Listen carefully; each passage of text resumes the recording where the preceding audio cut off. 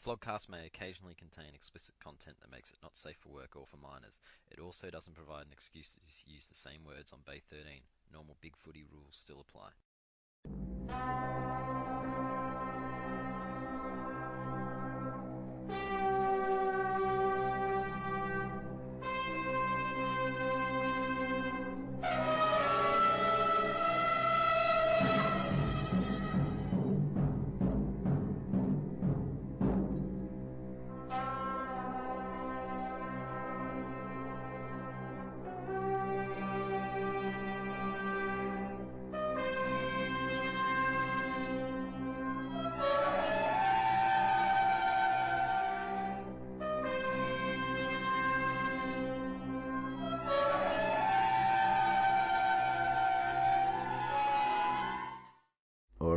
So this is the Flogcast for the trade and free agency period. Fyfie joined by Ant, G'day.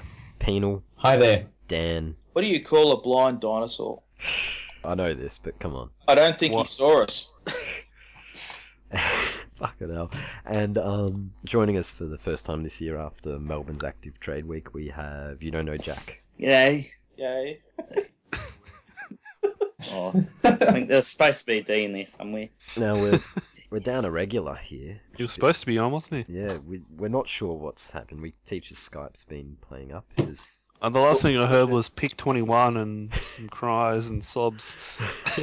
I guess Get he just didn't want to front up after that awful performance in trade week. And alright, we will start there. Geelong the losers of trade week. Or they're adding to their concerning youth. Yes. Really? Well, They drafted someone else's concerning youth. Traded for someone else's concerning youth. they did alright getting to the pick 10 out of Adelaide. What the fuck was that trade from Adelaide? It Well, made it no was because the sense. Crows got rid of their second round pick trading for Hawthorn discards. Well, I don't know what Adelaide were thinking. That's the only thing that redeemed Geelong. Whereas I think the only thing that redeemed North was the fact that Cooney chose Essendon.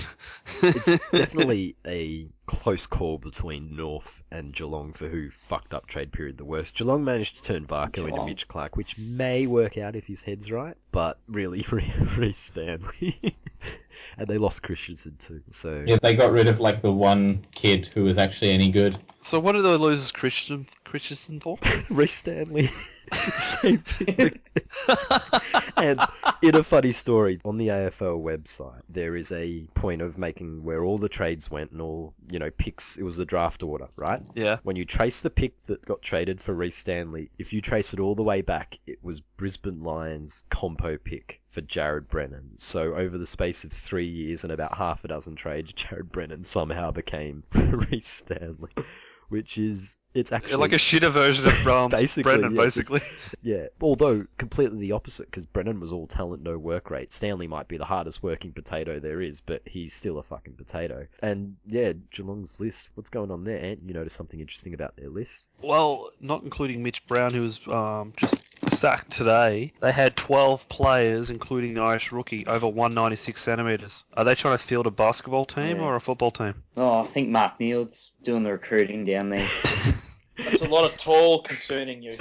It's like they've got one in Hawkins. Oh, they got Harry Taylor as well, but they've got Is it the fact that they're all breaking down? They're just trying to throw as many at them as possible? production line of them, kind of like one breaks down, they put another one on, and then, yeah.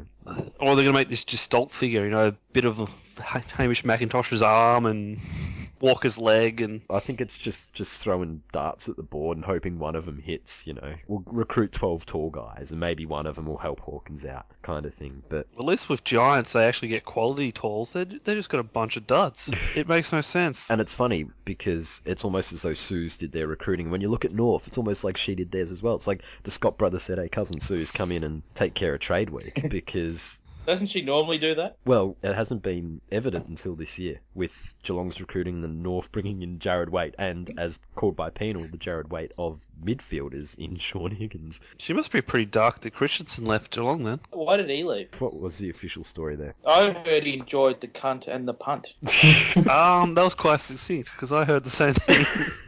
Yeah, but not quite the... Yeah. Well, So, the official story online is he wanted to get out of Geelong because he couldn't... I mean, that is almost believable in itself, because Geelong's such a shithole. Was that her name?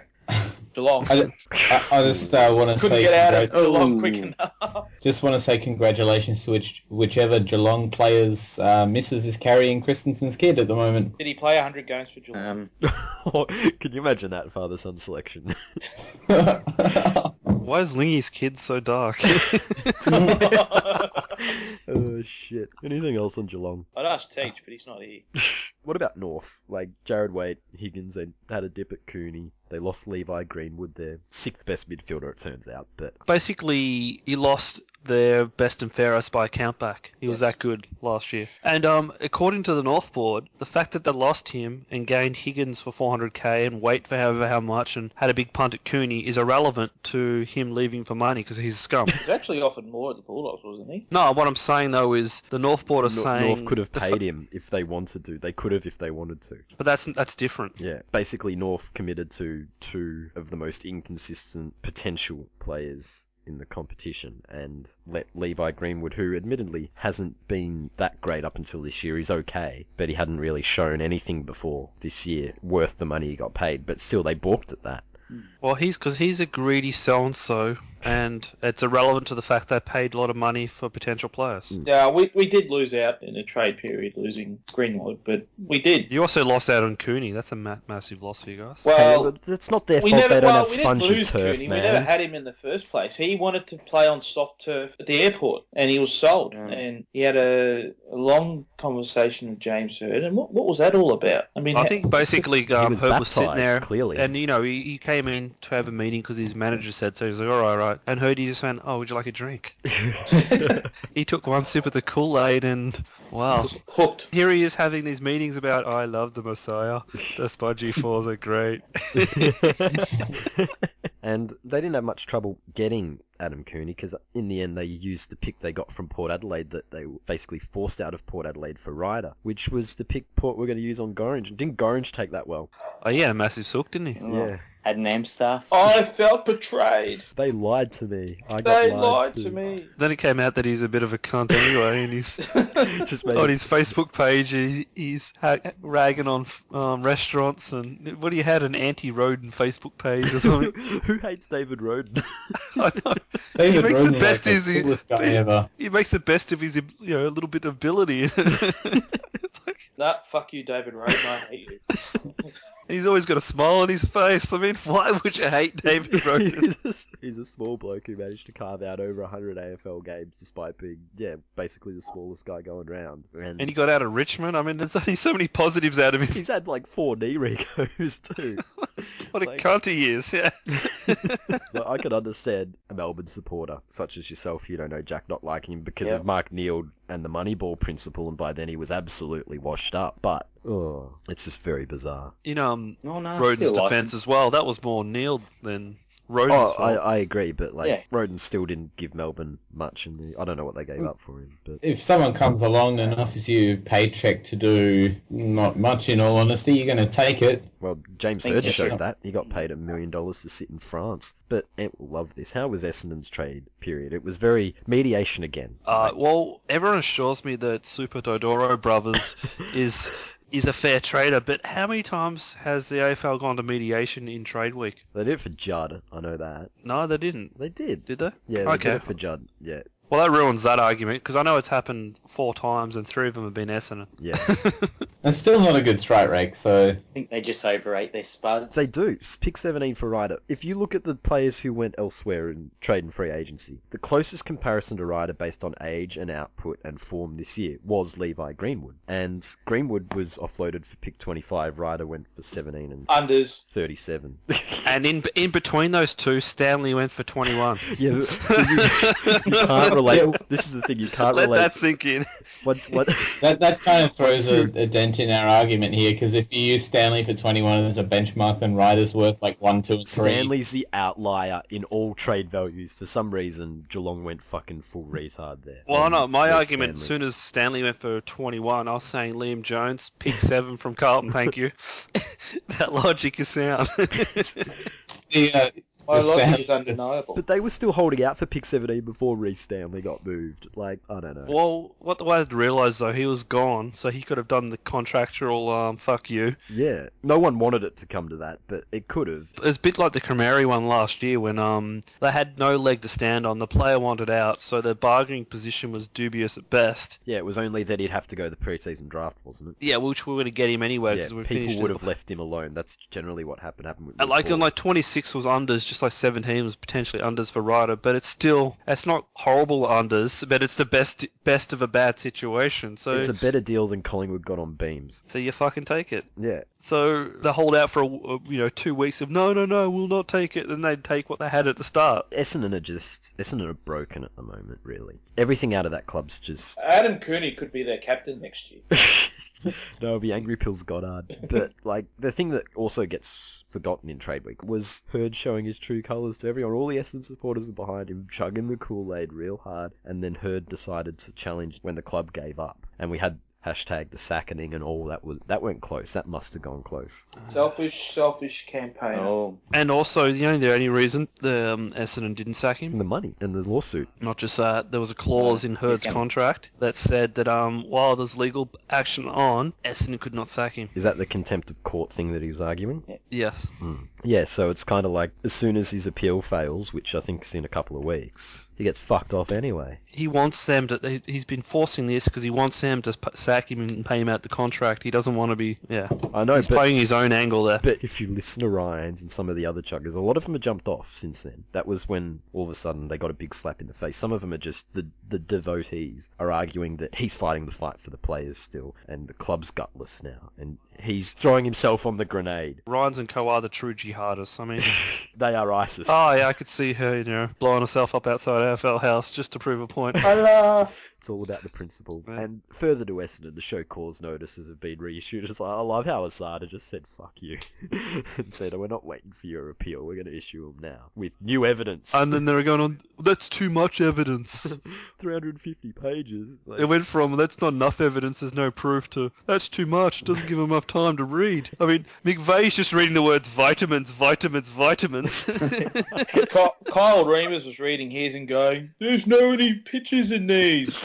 I can't understand this." Ryder's missus is going, Essendon took my baby.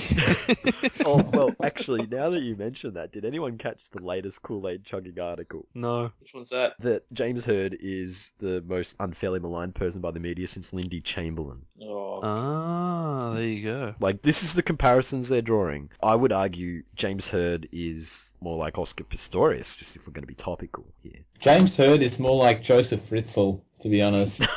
Just fucking pure evil and scum in every way possible. That's why Bombers. When you said article, I 2003 thought you said loves there was a Robbo article or something like that. No, this was by someone no one's ever heard of before. Basically, by making the Lindy Chamberlain reference, they got themselves some, attention. Just another Essendon mong in the media. Yeah, it was very Aaron Riley, actually, but So it was written by Anus Cat. it was the Essendon equivalent of Anus Cat, whoever that might be. Fog dog. Fog dog. Anyway, anything else on Essendon? Because it was pretty funny to watch them once again go, no, Wingard, Wines, blah blah blah. We want these players. And the Essendon supporters and the Essendon board going, oh yeah, we're gonna get Ollie Wines. This is gonna be great. Wingard. Fuck you all. And then And all their delusional pearlers were just full of Port supporters going, you're not getting Ollie Wines. and then in the end, Dodoro backs down again. It's just like it's this continuous cycle. Yeah. But Paddy Ryder got out for roughly what he was worth. They bought in Cootie for the same deal. So Spongy turf. And the little cunt who had to go to Essendon, and apparently his mother was the one who called up Triple M. Now it looks like he's going to be delisted. Kavanagh. was that Kavanagh? I always thought it was Steinberg. Oh, mine was Steinberg, but No, that's funny. Kavanagh's the one whose dad told North he would not play for them. Oh, that got laughs on the North board. And that got now he bumped. looks like getting delisted. Yes, I thought that's funny. He told North he's not playing there, and then he'd only play at Essendon. Then Essendon injected him with a whole bunch of shit, and now 3 years later they're throwing him on the scrap heap. Can't help but laugh at that. he was the placebo. His control case. Well, this one didn't work.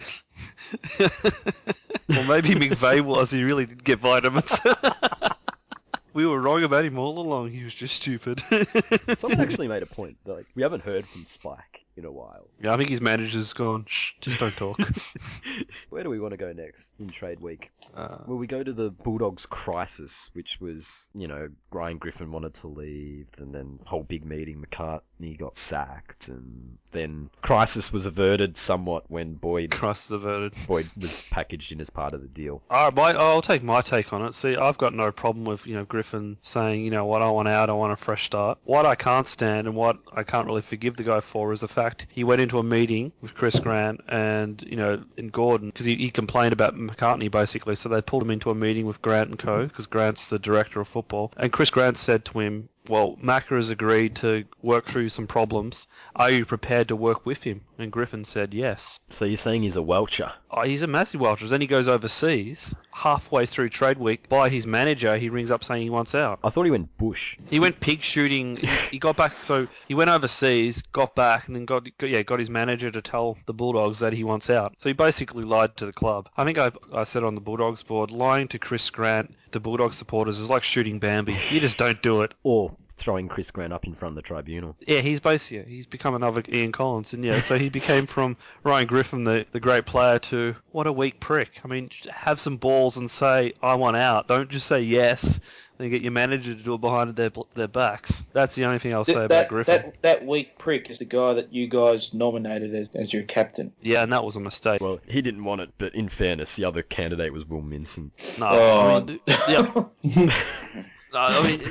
Griffin was a mistake as captain, but it shows his. He had the ability. Sorry, mate. Are there bigger problems than the coach? Because there was two sides. There was two sides to the story. There was some sooky senior players and a coach who could be a right cunt to them. Like he looks calm and collected when you ever see him in the media. Apparently, he would rip into them. Like there's a couple of stories. Some of them sound pretty damn precious though, of that senior group. Oh yeah, there is a bit of a mix. Like deserving of getting ripped into. Yeah, but there was a couple. Like he basically had a massive crack at Lachlan Hunter for having breakfast with his mum. He had breakfast. Why would a coach critique that though? No, he basically called him weak. He called him weak, a weak little shit to grow up because he was having breakfast with his mum before training at the ground. Wonder what he'd think of Kavanagh or Stein. That just sounds like a thing. That's just really. So there was stuff coming out. As a coach, that's not really constructive though, is it? No.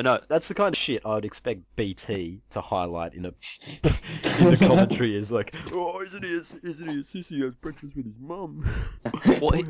Shit like that he was doing, but on the back of the fact that there was a group of sooky senior players. So there was a bit of dust up between the younger and the senior players. Apparently the story goes that the senior players went to McCartney and McCartney just said, well, you're the senior players, deal with it. And of course they sucked and they went to Gordon and Gordon just told them, fuck off, you deal with your problems. And that happened earlier. In maturity. Yeah, and so that was festering. So hence they moved on Higgins. Hence they wanted to move on Cooney. But the Griffin one was a bit of a surprise. So. Well, he still wanted out even after getting rid of the coach. He burnt his bridges by then, though, man. Yeah, he'd burned his bridges. It had been known that he was in contact with GWS for almost a year. But that's the most bizarre thing about that is that the review actually happened because Griffin left. Like, McCartney was safe until Griffin walked. I think he was the tipping point. Because basically what happened was then they pulled them in and just said, well, it wasn't just the Sookie players, and then a bit more of it came out in the air, and also from what I've heard, Montgomery white-handed Macca a bit as well. Oh, so here we go. Is that a bit of a Grant Thomas move? Because he's the favourite, isn't he? He is well liked by the players as well. So I think a bit of the news story came out, and with Griffin going, I think they basically said to him, this has all come out. So then McCartney's fallen on his sword. I reckon they should play a part in picking the new coach, considering that they're the guys responsible for him. Well, for the last coach departing. Well, do you know who is picking the coach? Yeah, there's Darcy, isn't it? Luke Darcy. Oh, say that again. Say that again. This has Gary Lyon handprints all over it. How Gary Lyon fucked up coaching appointments at Melbourne and absolved himself of responsibility. Can you see Luke Darcy taking responsibility for a failed coach? Well, the good thing about this is there is another 5 people on this coaching selection panel. So here's one voice. I think Worsfold is one of them as well. Yeah, but by the way, Worsfold finished at West Coast. Do you think he really gives a fuck about any of it? at least the new coach will have a better looking nose than the last one. I mean, the players won't be looking at a coach that has, a bit of burnt toast on his nose for a Oh, that's horrible. That's a bit harsh. That's a bit like the Brodie Moles tweet that he tweeted when he tweeted not long after Macca was sacked. Macca got sacked for having a bung nose? That's harsh.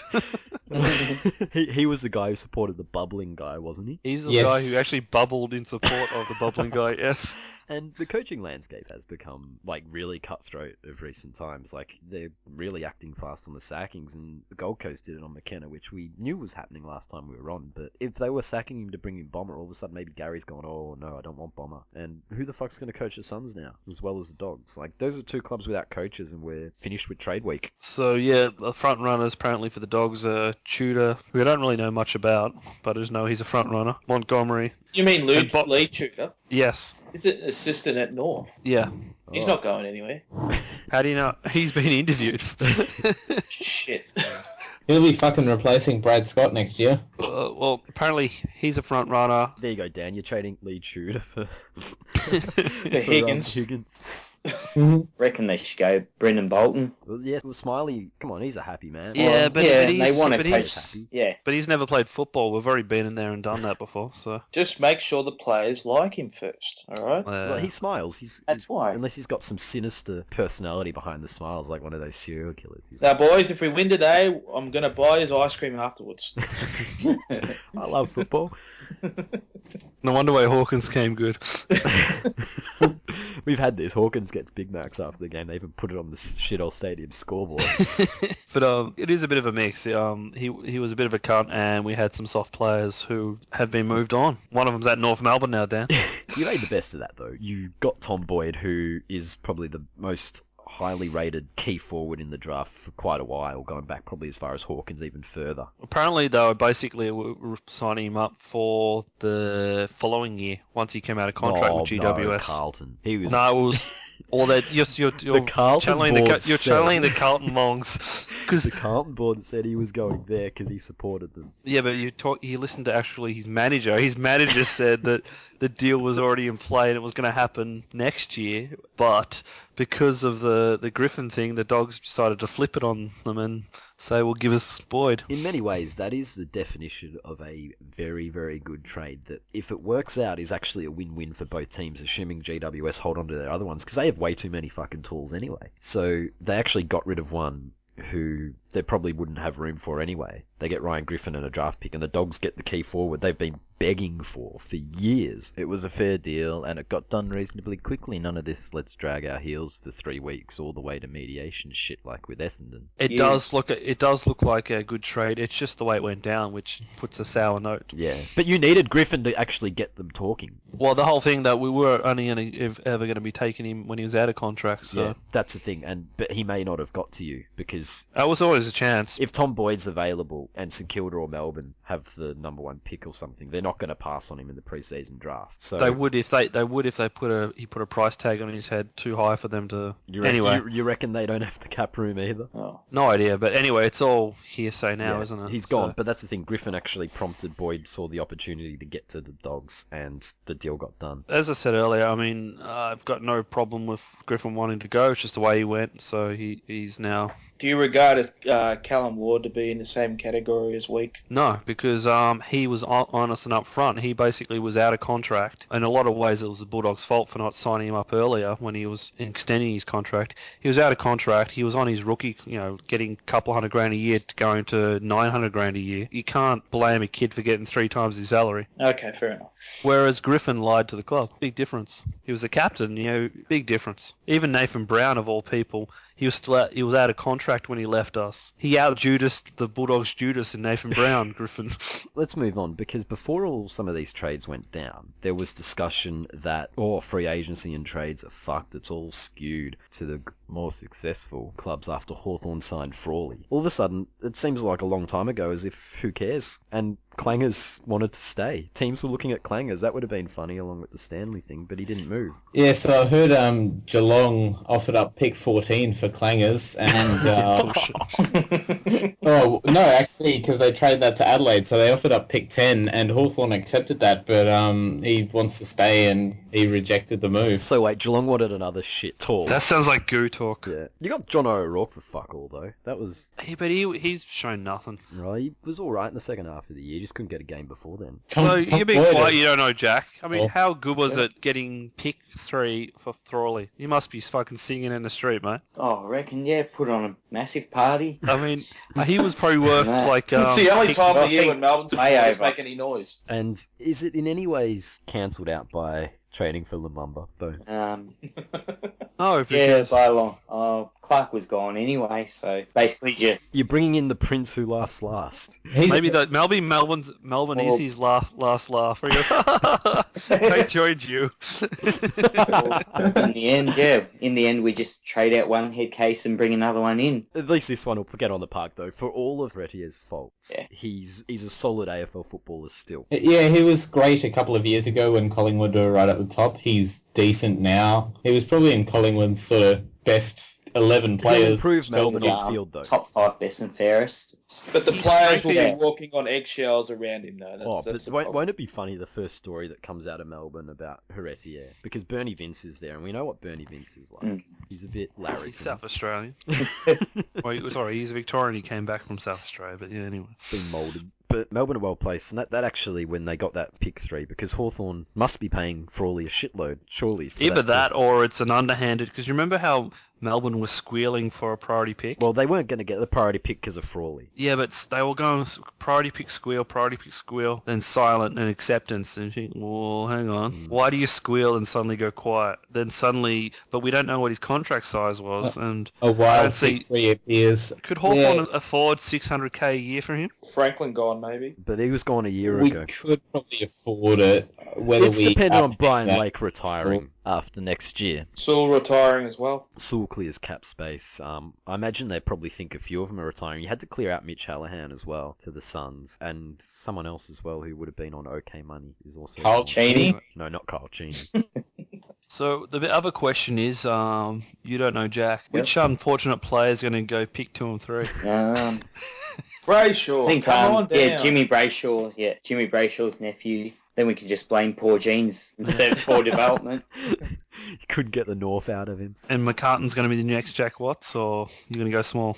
Oh, I think McCartan. Yeah, he'll be the next Messiah, saviour forward. But at least he looks like a big lumbering full forward, like Jackie, who looks like he's too pretty for. That's the thing. Melbourne, they've got Roos developing the players, and say what you want about Paul Roos and his defensive style. At least their development won't get compromised like with some of the past ones. Even he got sceptical in his press conferences last year about Melbourne. Remember that? But he inherited so many of those players. He's bringing in players. No, he is starting again, isn't he? I agree though. Melbourne are a different team under Roos than they were. They've got their stench of failure in them, but they're slowly. He's trying to Yeah. stop the tide and actually stop the regression and then slowly bring it back. Bringing an air freshener every day to the club. I couldn't possibly disagree more. I think Ruse is getting all of the credit for Mark Neal's good work. I think he was, Oh, Fucking hell. you're shitting me. he was a real mastermind behind Melbourne's sort of... So you're a big believer Revival. in Moneyball, are you, Penal? I think he was the mastermind, and I think it's like that guy who invented like pipes, and then no, essentially. Are you smoking a pipe panel? No, it's just Neil was sort of sacked too early for the fruits of his labour to take effect. Just because he's an angry cunt who lost the players. But then why is Roos basically cleaning house and putting in mature players from other teams? Because he's copying Mark Neal's strategy. He's just got better players than Yeah, him. he's not getting spuds. But he's getting players like Daniel Cross and Bernie Vince who can play, not Rodans and Chris whoever the Dawes. fuck. Yeah. Tom Gillies. See, even you're laughing at it. Look, no, he's actually turning him, and with pick 2 and 3, he could do some serious damage. And they went for pick 12 from Richmond. Yeah, They didn't for get those it, but careers. I reckon they stuffed up trading 23 for Frost. They got spooked by the Saints, who were always going to draft Membry at that pick. But So I reckon Frost is a bit overrated. he'll be good for Melbourne though. They need But someone else. Membry's down not worth pick 23 either. there. Well, Membry's going to go pre-season draft number 1. I know, but even though he was he was picked 40 something in his original draft and played one game. I know. Well, Yeah. St Kilda didn't want to trade too hard with Sydney, and they couldn't trade players because the Swans got kicked out. Yeah. How were the tears there? Oh, that's great. Oh, I loved it. And the funniest thing was, this was a deal put in place that allowed them to keep the collar, and the Swans tried to Welch on it, and the AFL said, "All right, fuck you. We're going to tell everyone and ban you publicly." Oh, so I didn't know that. I didn't know it was an original deal. Yeah, the Swans said we can't afford to put all the collar under the cap for next year. So the AFL said, fine, we'll phase it out over 2 years, but you can't bring any new players in because that would just compromise the process. So then the Swans started sniffing around Paddy Ryder and Joel Patfull, and the AFL said, what the fuck are you doing? And the Swans said, it was a guideline. So, so the AFL went whack. Good on him. And yeah, all of a sudden the cola flavoured tears. Like, And I noticed DB Swanee was sucking it up a bit about it. he was a little bit. Restraint to trade and...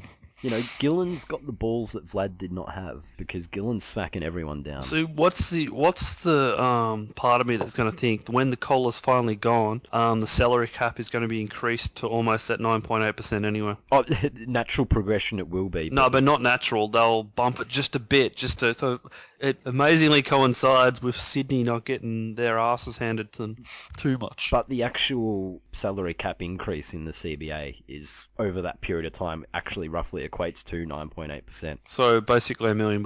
Yeah, as it's supposed to, and there'll be a new CBA. Like it will. I think that's why it actually works in that regard. But It's not a coincidence that 2 years was the phase-out period. So in that case, Boyd's contract could be the next Alistair Lynch. yes, Boyd and Buddy Franklin. That's why Buddy Franklin's deal doesn't look so bad. It's just in the short term they're going to be squeezed hard. And they're even worse off, the Swans, as well on that note, because they couldn't deal Sam Reid. They must have been thinking, oh, we can deal Sam Reid to the Dogs. They're desperate. Then all of a sudden in comes Tom Boyd and puts paid to that. Well, I think he was the smoky then, Reid. Yeah. When you think about the Buddy Franklin deal, you talk about obviously the money he's getting, which is like $1.1 million a year. And like, there's nothing wrong with that for the quality of player he is. That's good value. It's just sort of the length of deal doesn't make sense. 26 years of age, 9 years. Compare that to Tom Boyd, 19 years of age, 7 years. His is the other end of the spectrum because he's unproven. Boyd deal makes a lot more sense. No, No, it's a risk. The Boyd deal's a risk. Yeah, they're both risky. Different kinds of risk, though. Boyd's one could be either a gutsy move that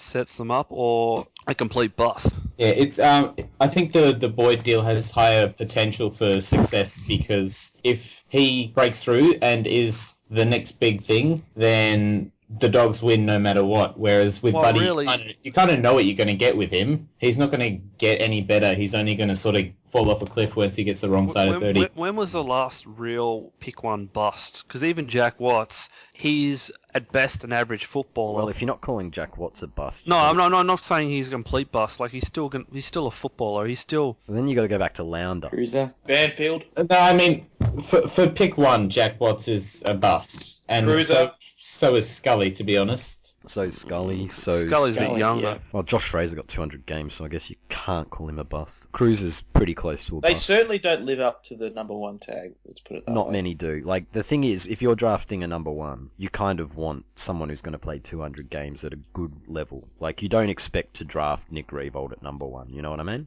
Yeah. Like, he's the centerpiece for St Kilda for 12 years. You don't expect that. That's just a really good upside, and Tom Boyd's that kind of thing. But he might not work at the same time. You might get Jack Watts. Whereas, you know, you go for your 200 game players like Hodge, Goddard, Deledio, Cooney. Cooney. Yeah, I think Deledio is probably the best example of sort of the good player that gets you 200 games, sort of becomes a Gibbs and Murphy will be that type of player too, as Yeah. David Swallow. not a legend of the club, but a well Solid respected. pick. But you Fine take figure. that from the outset. You take that, and if the Bulldogs get a player of, say, Murphy or Delidio's quality out of Boyd, then they'll be happy. And if they get better, then they'll be fucking over the moon. Bukaki over the moon. And despite Cooney breaking through for that one Brownlow, Hodge and Revold are probably the only two number one picks who have actually gone above that level we're talking about. from a career standpoint. Well, yeah, it is true. Even if he turns out to be a solid, not great player, he's still going to be a key forward that we need, that we can build other players around. Yeah, and he's an upgrade on Liam Jones, who ended up at Carlton.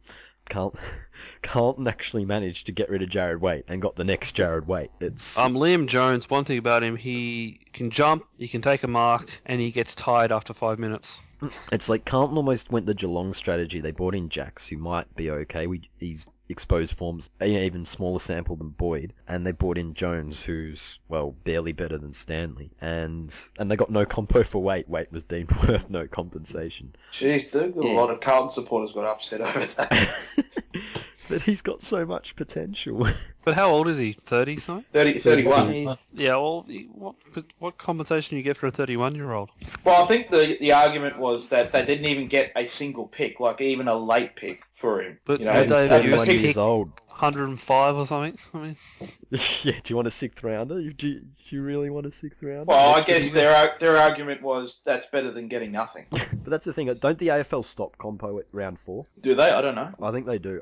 I've never seen anyone get less than round 4 compo. yeah, so... I think after that point they just go, that's after pick 70. It's not worth it. yeah, everyone's going to push up everyone's fifth rounder up a level. I mean, who gives a shit? Yeah. It's all speculative by then. By then everyone's upgrading rookies. Yeah. And a couple of other coaching appointments that happened. Well, Port recruited Crazy Vossi, which is interesting, to replace the guy who left them to go to the Crows, who no one knows anything about. What is the guy's name again? Like Paul Welsh or something. Yeah. Bill Welsh or something, yeah. He Welshed on the Port He job, did he? Yeah, he did. I have no idea who this guy is, so I can't really say He's anything. got Port Adelaide in his heart, though, if you believe the Port supporters got... Doesn't that just turn the shit fights up to 11? Fucking hell. They've been pretty quiet, and then all of a sudden the Port assistant coaches the Crows, and oh, fuck, they're all going again. Are It's they? just, yeah, as if about it. Oh, so they're going, we've got Welsh, are you mad? Crazy Vossi in your midfield. No, it's actually the Port flogs saying that, oh, you've brought in a Port Adelaide person. We're not the minnows or whatever. Oh, fuck, I don't know. I don't read the threads. It was Port Adelaide's emergence that's forced to change at Adelaide. So Vossi at Port, that's going to be interesting. He won't have any say on their strategic trading or drafting whatsoever, I assume. But as a skills coach, I guess he was a good player. Is he going to turn the Port Adelaide? You know, each club has their own TV. Like we have Bulldogs TV. I'm sure Tigers have whatever.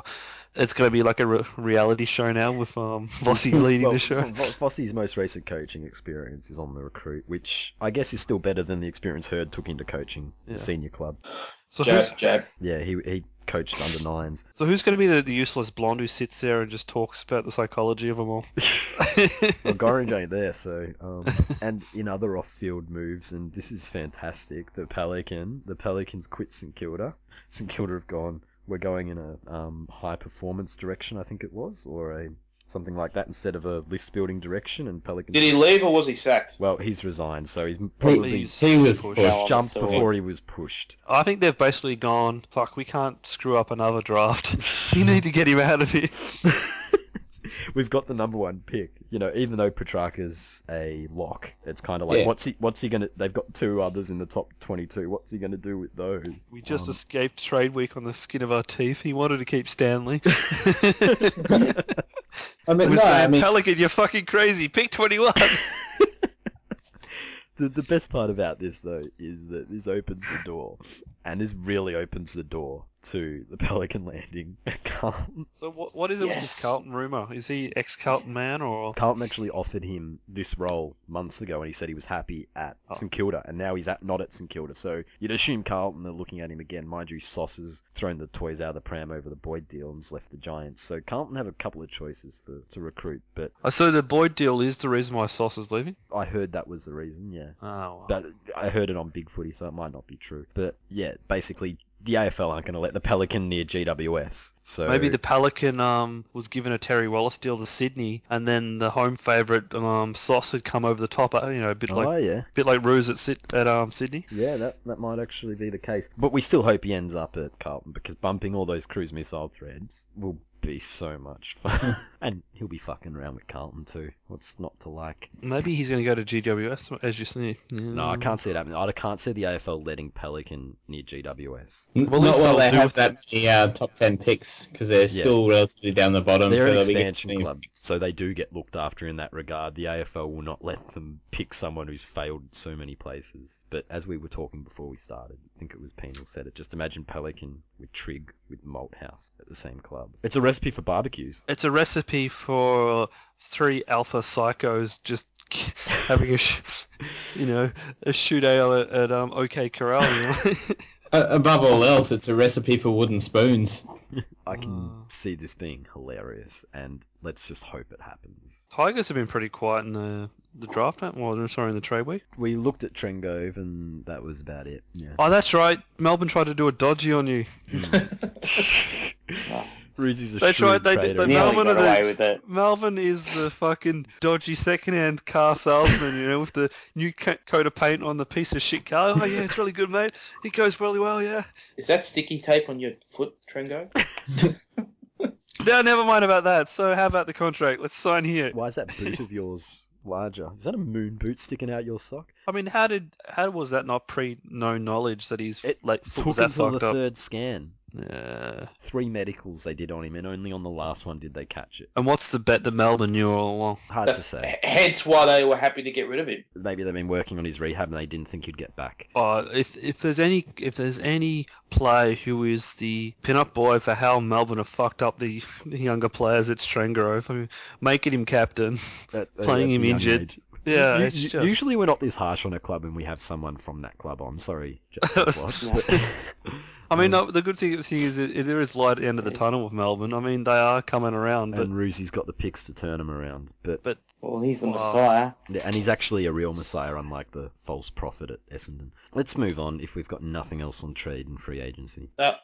anything else funny? I mean, we talked about the Crows doing stupid shit. Brisbane traded well. Sorry, we didn't get Brisbane. Brisbane bought him Dane Beams. What is it with Brisbane? They're now a bit of a destination club after being, Yeah, well, they're recruiting Mitch Robinson, though. That might cancel out everything they've done. He is the new Brendan Favola for them, isn't he? Mm. So what's the bets on which family day will he expose himself to that chick? Am I the only one who thought 5.25 and Crisp. a player for Beams was overs? I think it was unders. Yeah. I thought it was pretty fair. Yeah, I thought it was pretty Beams- I thought it was fair under Beams- circumstances that he wanted to get there, but Yeah, I mean, given that he basically quit. he automatically becomes their best player based on that. He's better than ineffective Rockcliffe. No, I thought 5 and 25 was about alright. I don't think Beams is that good as people make him out to be. Collingwood's trading philosophy was a bit bizarre, and Eddie's talking about Hanley, and that posturing was almost as bad as Essendon's. That was just fucking stupid. But there's no way they were going to get a good player plus a draft pick, but especially when Brisbane only have about 4. You can't take one. And didn't they have a deadline of Friday, and then they did the deal Yeah, on and they welched on that. This was the trade period of Welchers. Oh, the Melts were hilarious on the Collingwood board. They were talking about how they'd been let down by the club because they sent out the letter on the Friday to the members saying, we are not going to deal with Brisbane, and then lo and behold, next week they deal with Brisbane. See, unlike Essendon, they probably got threatened with mediation and went, oh, okay. Whereas Essendon went, fuck you, we're going to mediation. Oh, because legal stuff has worked out before. We can't fail this time. We lost again? Fuck! We're due for a win. The Collingwood board melts were good. I had to pull the gun on a few lurk infractions, care of the Collingwood board, so...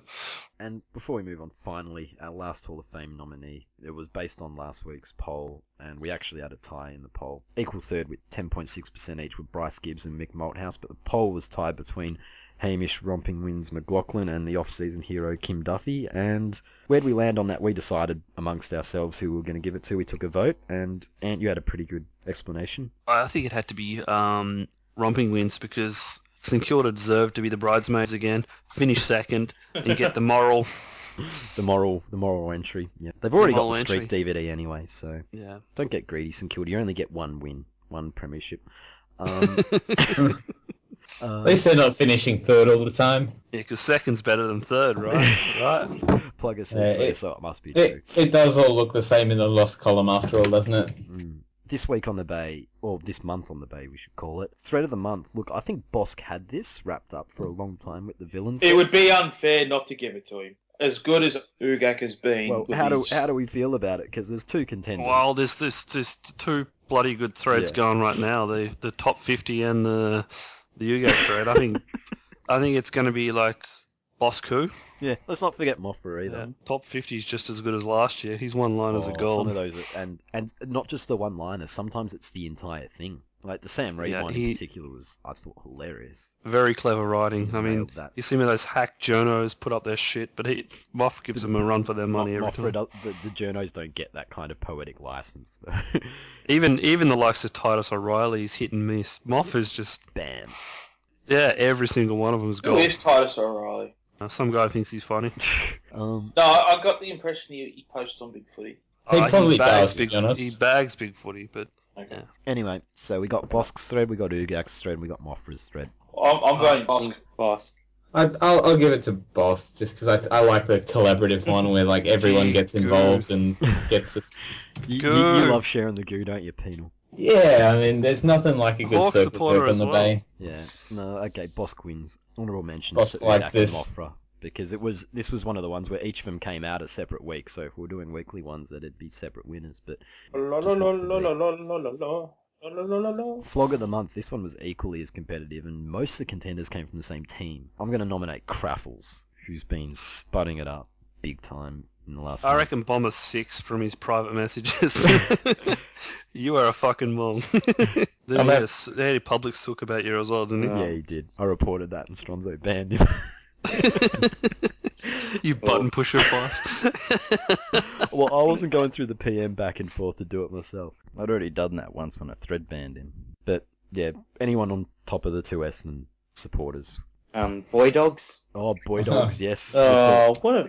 Yeah, for the name. The name Just for the name. ragingly gay. He should have changed it to Go and Get Fucked, Griff. Yeah, because you see, because I basically did tell a little bit of backstory. Grizz offered amnesty for all the Lance Franklin names. So we did the same thing with Griffin. So I said to go, Griff, what do you want? He said, Boy Dogs. And I went, I sent back, don't you mean Boyd Dogs? I didn't want to muck it up and get a typo or anything like that. He goes, no, Boy Dogs. I'm like, okay, that's what you want.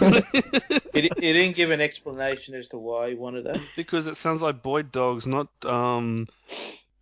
Is the amnesty still open? not that old. Anyway, I didn't try to think about it too much because I don't want to know the answer. Who do we want to give it to? Like, it's Griffey for the name or the other two for the floggery, and they're both very good. They're all very good reasons. Honestly, flip a coin between the two Essendon supporters because they were both fucking deplorable. I got to be honest, I forgot about Boy Dog. I want to give it to him even after nominating Crapples. I'm voting Boy Dogs. I reckon I'm Bomber 6 in his Seaman Madden I'd give avatar. That just shits me as well. Bombers 6. Yeah. Bombers 6, you are the flog of the week. Craffles and Boy Dogs, honourable mentions.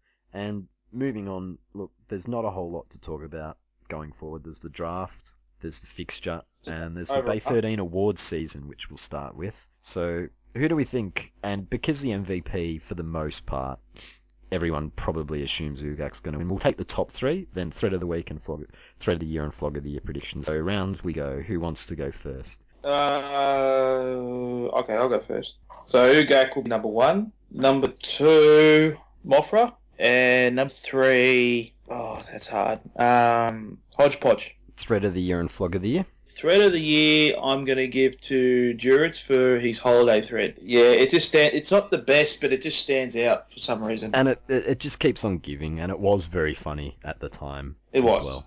And he has no soul. And he has no... Yes, we found out he's a rat. And Flog of the Year. Flog of the year. Jeez. Jaden. He's on for 3 weeks. Crammed a year's worth of floggery into 3 weeks, but he was only here for 3 weeks before he cancelled his account. Alright, that's Dan's. Who wants to go next? Alright, so Moffra, Ugak, and Jean-Claude Bastefron. Thread of the Year? Oh, I'd have to give it to the Bosk's villain thread. Is that eligible? Yeah, that's eligible as long as it Yep. started this year. Yeah, as long as it started since last year's thread, which I think makes it late December. And flog of the year. Jades, because he's a flog and a filthy welcher. Who's next? I'll go next. All right, so MVP top 3: Ugak, Mothra. Rounding out the top 3, I'll say Doritz. Thread of the year will be the Monopoly. Oh, Because that's because it's the difference is it's more than a one-hit wonder. And it's got the goo that Paddles likes, where everyone can contribute. Yeah, it's why Oh, fuck. Ugak never wins Thread of the Year, because he has one great post and a million likes going, oh, this is really good. Then it's usually one butthurt person going, I don't like it. And it's always someone who's targeted their team, Or it's that Geelong, or it's Jades. It's Yeah. always... or it's that Anus Geelong, Cat. or that Geelong Indeed, supporter yeah. who always goes, oh, yeah, he just makes a gif. It's not that clever. He's soggy now, isn't he? Oh, I don't. Yeah, soggy. Anyway, so flog of the year, Long Davy Jetta has it. If you're gonna get banned for being too annoying for the Bay, I mean, you deserve the flog of the year, and you deserve not to be around to accept it.